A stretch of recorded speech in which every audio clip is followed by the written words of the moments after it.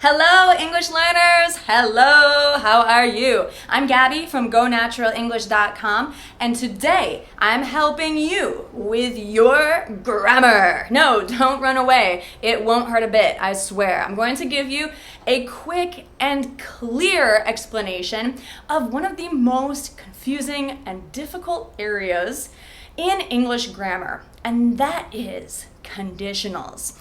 Today, I'm going to demystify one of the 4 conditional tenses, and that is the zero conditional. So, sit back, relax, and let's build our confidence around using English grammar to speak. The point here is not simply to memorize grammar, but actually to be able to use it in everyday conversations. So we're building your knowledge of grammar to build your confidence and fluency in English. And for that reason, I'm not only going to share the grammar rules with you and give you a strong base to work from, I am going to show you examples and suggestions for how to use the zero conditional. So if that sounds good, then let's begin. This month at Go Natural English, we are having a grammar palooza, meaning we are going to do several lessons to demystify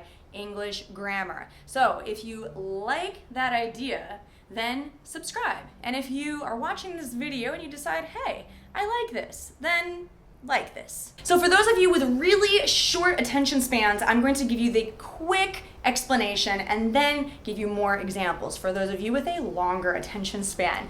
First of all, the way that we use the zero conditional is to talk about things that are 100% true. Always true. You might be wondering, when does this happen exactly, that things are 100% true? Well, that is a very good question, and a lot of truths are debatable. The zero conditional is actually for 100% truths, facts. Think science, things that are really not debatable. For example, if water reaches 100 degrees, it boils. Or when ice melts, it turns into water. I've tried many times to turn ice into gold, chocolate, ice cream, but it just doesn't work. So for better or worse, this is a fact that when ice melts, it becomes water. So those were 2 examples of the zero conditional. Notice how we form it. We need if ice melts, or when ice melts, and then we need the 2 parts of the sentence. So the first part is the subject and the simple present tense, and the second part is also a subject and simple present tense. So it's simple, and we can put that if or when on either part of the sentence. So we could say, when ice melts, it becomes water, or ice becomes water when it melts. I had to think for a minute how to switch those around, but it's quite easy. You can have either part containing if or when. So this is a great way for you to express logic, for you to express if-then statements. And the zero conditional, remember, is specifically for facts. A quick side note, did you notice that I said when ice melts, it becomes water? Why did I have an S at the end of those verbs and not simply say melt or become? Because they are in the third person singular, and we always, 100% of the time, use an S on the end of the verb for the third person singular. So I could actually make a zero conditional about this fact.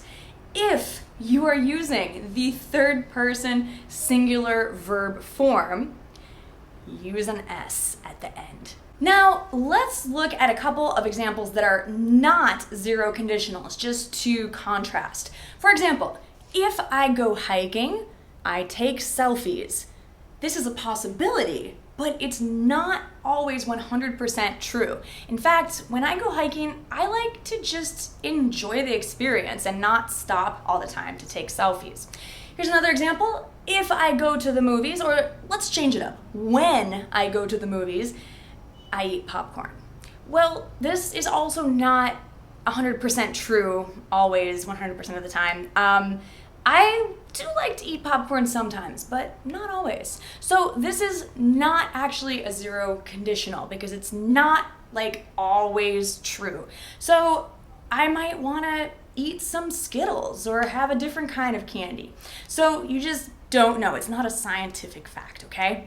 Okay, now you've learned the zero conditional with confidence. You are ready to make more amazing sentences in English. With each day that you study, with each day that you practice, with each day that you even make mistakes, you're learning. So keep going, and little by little, you will improve your English quickly. So come along. I hope that you'll join another lesson soon. Thank you so much for being here with me. If you would like more examples and more practice opportunities, then find out how the complete Go Natural English course can benefit you at gonaturalenglish.com/course. That's spelled COURS. YouTube family, thank you so much for watching. If you have not subscribed yet, make sure to click right down there to do it now. If you would like to get a free sample chapter of my very popular ebook, The English Fluency Formula, you can click right down there. And I hope to see you again soon. Have an amazing day. And remember, you are awesome. High five. See you later.